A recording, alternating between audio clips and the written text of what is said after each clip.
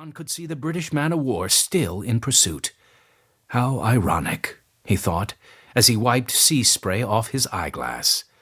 All my life I have been a loyal British subject, a citizen of the Massachusetts colony, and now the British would gladly execute me if they got the chance. John frowned.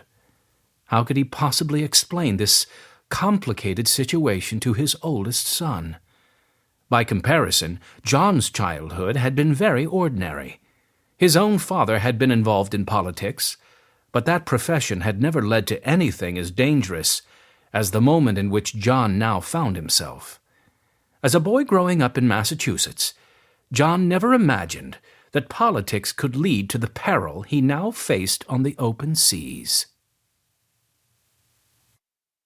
Chapter 2. It's a farmer you want to be, is it? "John Adams, are you listening to me?" Master Cleverly barked as he rapped his stick on the desk. John whipped his head around to face the front of the classroom. "Yes, sir," he replied, though he had no idea where the class was in the Latin textbook. "I hope so," the teacher continued. "Your father pays hard-earned money for you to be here. You should be taking advantage of the opportunity." John nodded and redirected his attention to Lily's Latin grammar, but inside he groaned. How many times had he been told that he should take advantage of the opportunity to go to Latin school? Every other day, he guessed. He was 13 years old, and by now most of his friends in Braintree had left school and were helping their fathers on their family farms. But not me, John thought glumly. I'm not that lucky. I get to stay at school until I master all of this text, and then what reward do I get? More school? When will it end?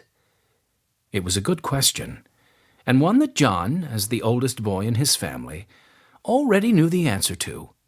He had 2 younger brothers, 10-year-old Peter and 4-year-old Elihu, and although they all looked alike, with curly blonde hair and bright blue eyes, the 2 younger boys were destined for a life totally different from John's.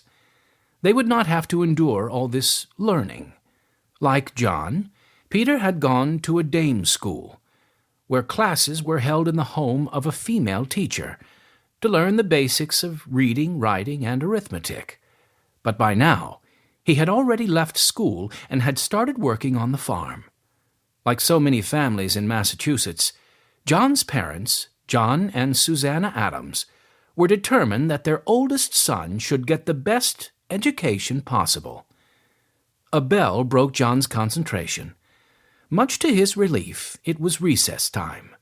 Outside, the morning fog that had rolled in from Massachusetts Bay had lifted, and the leaves on the oak trees that surrounded Master Cleverly's house were a blaze of vivid oranges and reds. As John jumped down the steps and into the yard, the autumn colors reminded him that it was the time for wild geese to be heading south. That, in turn, led him to start thinking about his favorite pastime, hunting.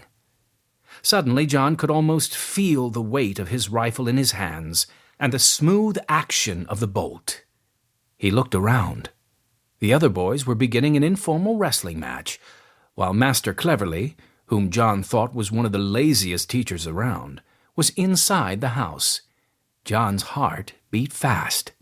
Now was the perfect time to make his getaway. John crept slowly around the side of the clapboard house and out of sight of the other boys. Then he burst into a run. How good it was to be free from school. There would be no more Latin or astronomy for him today.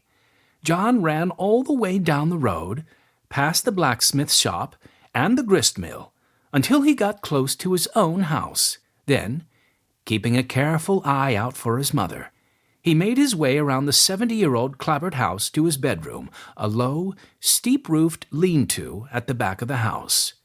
John had crept home for his gun many times before, and he was proud of the fact that he had never been caught doing so. He slipped the bolt on the door and reached his hand inside to get his rifle and powder pouch. With these items safely in hand, John